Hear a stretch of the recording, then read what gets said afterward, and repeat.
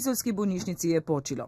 Finančna stiska je tako velika, da se je vodstvo ustanove odločilo izplačati plačo v 2 delih. Zaposleni so zaskrbljeni in jezni, ker jim država ne priskoči na pomoč. Menimo, da bi morala država odločneje in z večjo skrbjo za to bolnišnico poskrbeti, da bi bilo financiranje te bolnišnice stabilno. Ko gre za vlogo države pri reševanju bolnišnice, sta sindikat zdravnikov in vodstvo bolnišnice na isti strani. Bolnišnico pod vodo potiskajo stari dolgovi in opravljeni, vendar nikoli plačani programi. Njihove prošnje so doslej naletele na gluha ušesa.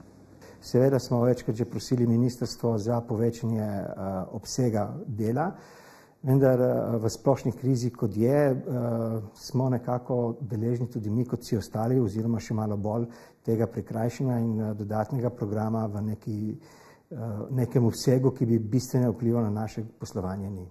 Hladen tuš pa so doživeli tudi danes. Na Zavodu za zdravstveno zavarovanje opozarjajo, da je bila izolska bolnišnica v preteklosti že večkrat deležna dodatne pomoči strani države, vendar se ni nič spremenilo. Očitajo jim več zaposlenih in višje plače kot v drugih bolnišnicah. Zato predlagajo. Nujno je treba okrepiti menedžment z zunanjimi sodelavci. Izjave gospoda Fakira ne morem nekako komentirati, lahko pa naštejem par dejstev.